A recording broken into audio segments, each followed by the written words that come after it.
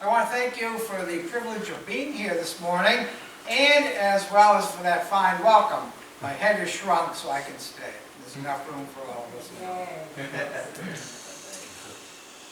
Today is Temptation Sunday.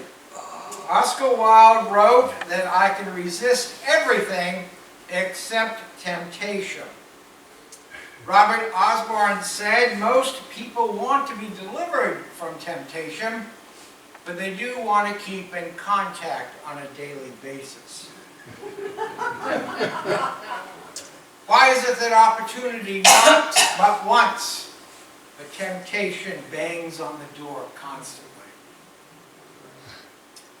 Today is the first Sunday in Lent. And Lent is that 40-day time period within the church, including the Sunday, so it's actually 46 days, in which the church prepares for the resurrection of Jesus Christ. They chose the time 40 because it corresponds to the time when Jesus was in the wilderness. Originally, it used to be 40 hours to remember the time that Jesus was in the tomb. But somehow, somewhere, somebody, you know how those things work, they decided that 40 hours was not long enough to wear purple and be in penance, and so they made it 40 days, but always excluding Sundays, because we celebrate the resurrection every Sunday. John Claypool said the significance of any event is in direct proportion to what we're going to anticipate and what we celebrate. During Lent, we are getting ready to celebrate the resurrection of Jesus Christ from the dead. But it's not just some event that we're working toward on Easter.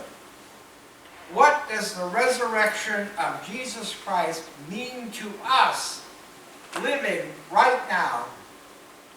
And what will it mean when, to quote the hymn, when we gather at the river? Now, modern readers are very uneasy about this text. Now, we have no problem with the location. We live in Florida. We know rocks, we know sand, and occasionally we know hot sun. We have no problem with Jesus, because we remember seeing his picture when we went to Sunday school. But what do we do with that clown known as Satan? Is it the little guy in the red suit with the pitchfork and the horns and all that sort of thing that seems to wander around? We see him in Halloween with a sneaky smile. If we've ever gone to those fundamentalist horror homes of what happens to us if we're not like them. Is he scary? If we think about it, not really. Show a picture of a man in a red suit to a child, and they might instantly think it's a skinny Santa Claus.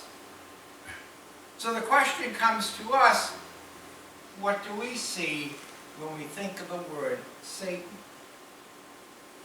John Calvin of our Reformed faith said, don't worry about what the devil looks like in this story. Look for him down the street.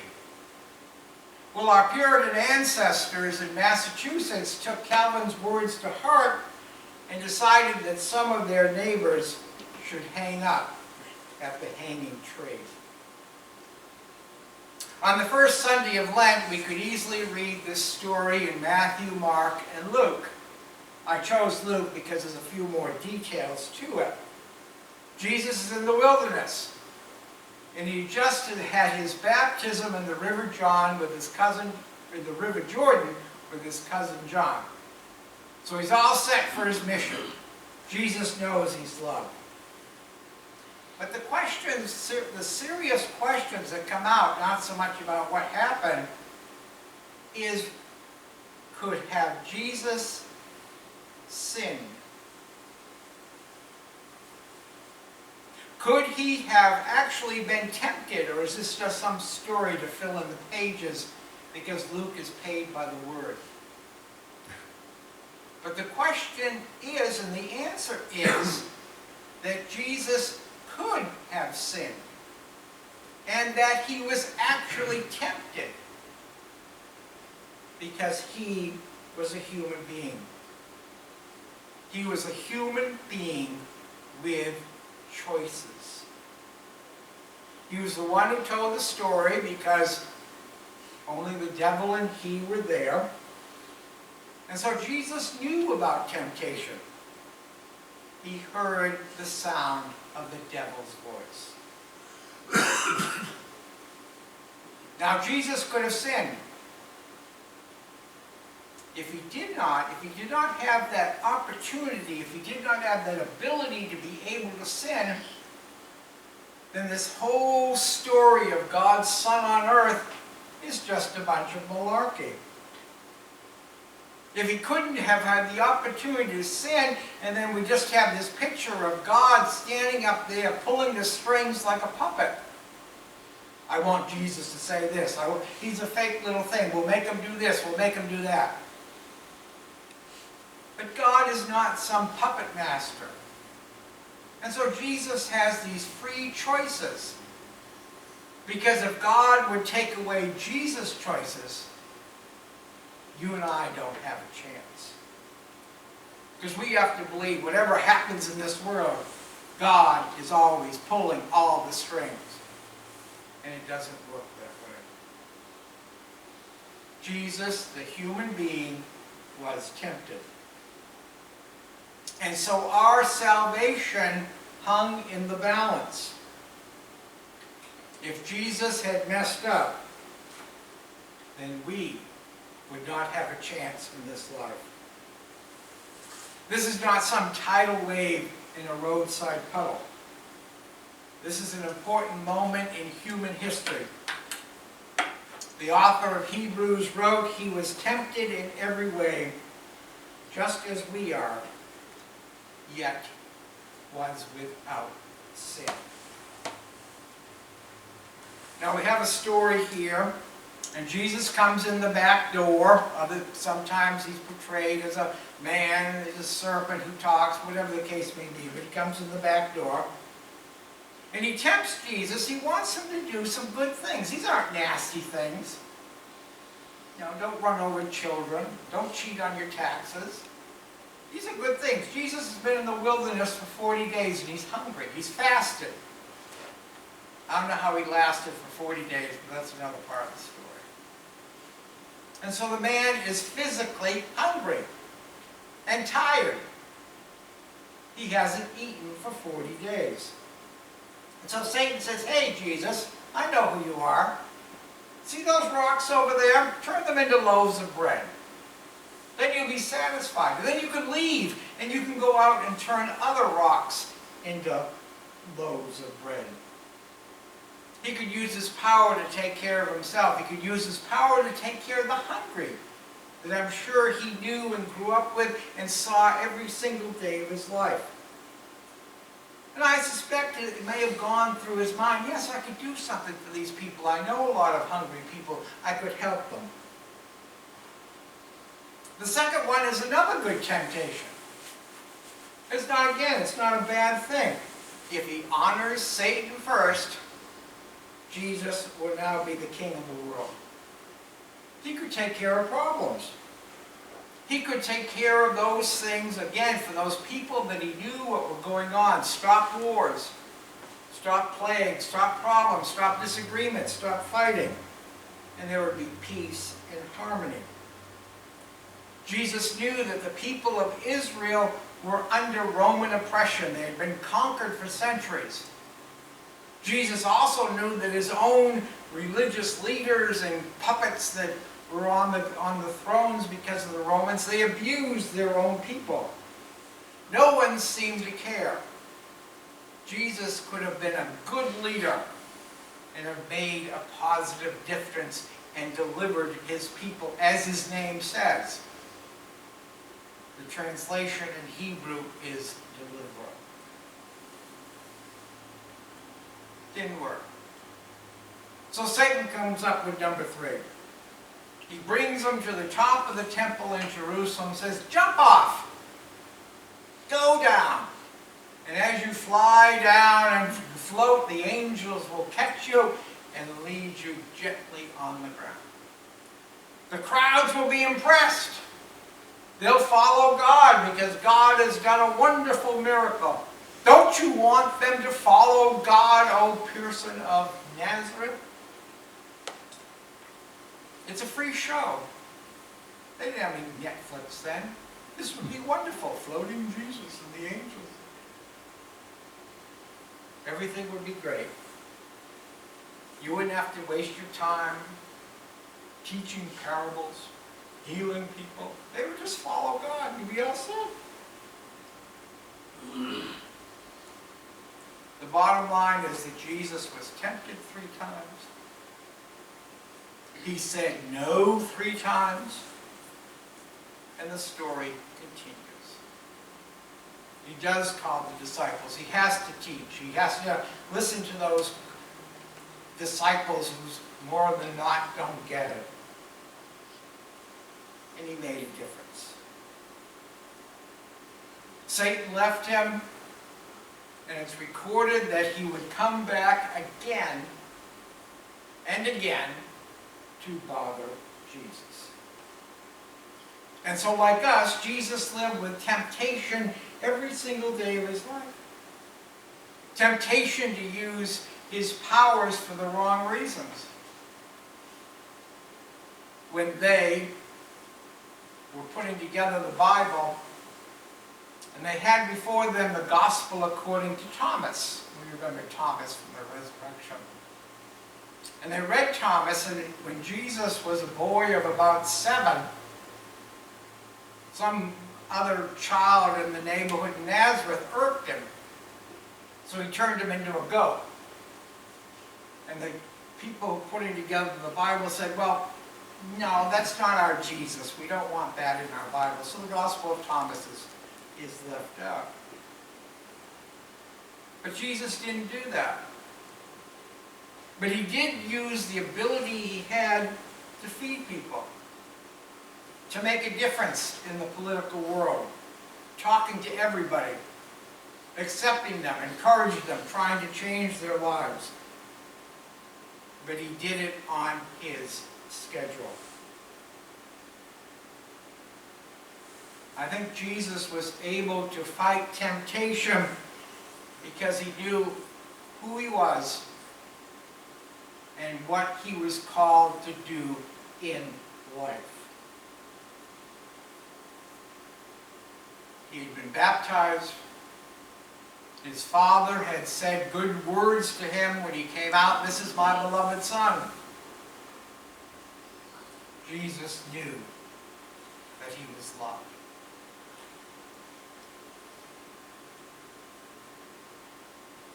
Rabbi Kushner said it's not the death that bothers us so much. It's the fact that as we get closer to the end of our lives, we realize that we have not lived. To use a very modern thought, what we are doing right now, will it be important a year from now? Jesus didn't have that problem. It was good for him to be Jesus of Nazareth. Who am I today? I am Jesus of Nazareth. I am the Son of God. And it's good for each one of us not to call yourselves Jesus, but to know who you are. And to have a sense of a self-esteem to know that you and I are one of God's children. And that God is with us. Even if we feel like that we are in the shadows or in the dark. Amen. We are not alone. No matter what is going on in our lives. God has given us choices. In the book of Genesis, we call it free will, but people don't use that word much. But we do know what choices are. There's a story told about two movers, and after 15 minutes of struggling, of trying to move a heavy desk, one of them said, "I don't think we're ever going to get this desk out of this room." And the other one said, I thought we were trying to get it into the room."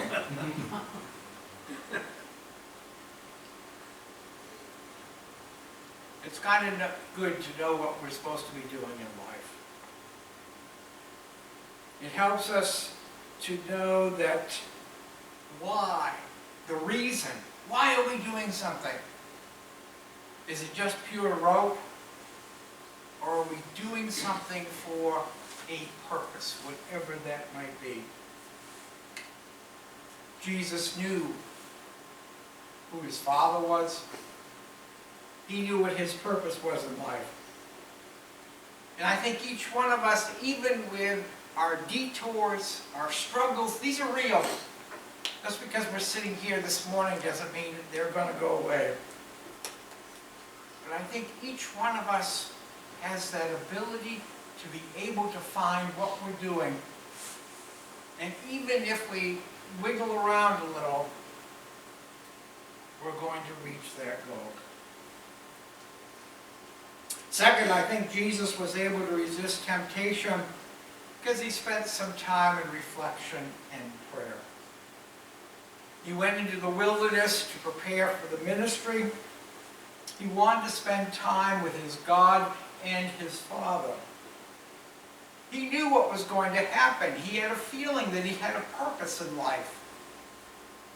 He knew what he had to do to bring God's message of love to other people in the world. He also knew he probably wasn't too surprised when the devil showed up. It's not some character that we remember from our youth with Donald Duck with the two devils sitting on it, or the angel and the devil on Donald. And Donald usually went with the devil. It didn't work that way. He's not some guy in red underwear with a tail and horns and a pitchfork. He's got a lot of names. Beelzebub, Lucifer, Devil, Evil One, and then we're more familiar with the ones in Revelation, Dragon and Serpent. But the devil is real. Evil is real. D, E-V-I-L. There's a reason it's spelled that way. If you're expecting to see a guy in a red suit, maybe he might show up. But evil comes to us, whether it's beautiful or ugly, but it is real. Sometimes it's us. It's our words, our thoughts, our inaction, and they're wrong. And it's so easy now to justify our behavior. People fool themselves into thinking that bad is good and good is too hard. I sometimes wish Satan would show up in a red suit. It might be easier to say no. Jesus knew what would happen when he went up to Jerusalem. In the chapter 9 and in Luke, verse 59, he said, Jesus set his face to go up to Jerusalem. It's a Greek word, a Greek phrase, set his face. He was determined. He knew what was going to happen. And literally going up, he had to go up a mountain. But he knew what was going to happen. He told the disciples over and over again, I have come, I'm going to die, but I'm going to come back. So he began to prepare himself with prayer, How many times did he go off by himself? A quiet time. He wanted to strengthen that relationship with God. He was able to resist temptation because he knew that he was not alone. What happens with us? What happens when we meet the devil, whatever suit or dress or whatever, and the powers seem to be winning, whoever they are? What do we have in our hearts? The names of political candidates, TV reruns, the latest recipe from Rachel Ray, grudges. What do we have in our hearts when we're facing our own devils? Lent becomes that time to strengthen our relationship with God. There are moments for all of us. This is a three-finger sermon. 2 out at you, 3 back to me. There are moments when we feel like giving up, giving in, not caring anymore, to stop believing, and to say, God is not real. There may be nothing within us because we've been hurt so much. But this becomes a moment in which we can strengthen our relationship with God. To know that God's Word can make a difference in our lives. That this fellowship of believers can make a difference in our lives because we know somebody else is walking with us, a real person whose hand we can grab onto and walk with us in our life. And so hopefully during this time of Lent, we're able to develop some spiritual muscles so that we might be spiritually fit what God has called us to do. Everybody has areas they want to improve. There are now 40 less days, or less than 40 days to reach Easter. One of the temptations is just to wander through and worry about the sale of Peeps down at Target. They're more expensive there. I checked that out. Or we can become closer to God and one another. Has God called you to be ordinary? Or has God called you to be special? Are you looking forward to the resurrection and the possibilities of what that might mean? I think Rabbi Kushner was right. It's not so much death that we dread because it's going to happen to each one of us. It's not if, it's when. It's the possibility of looking at our lives and saying, I could have done it differently. I missed that. I was too afraid. I should have tried it. Tony Campolo, who is a Baptist preacher and a motivational speaker, spends a lot of time with young adults. And he told them once, or probably often, that eventually all of them are going to die. There's going to be a funeral service, there's going to be a trip to the cemetery, and then your family and friends are going to go back to the church for potato salad and tuna noodle casserole. Don't worry, it's going to happen to all of us. Temptation is a part of our lives, that's real. Each one of us is called to make decisions and choices every day. And because of those choices of who we see ourselves, of who we are, What do we want to do with our lives? It's time to ask the question,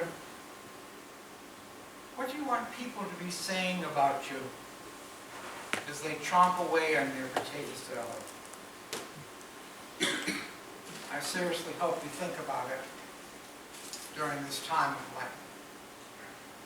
Amen. Amen.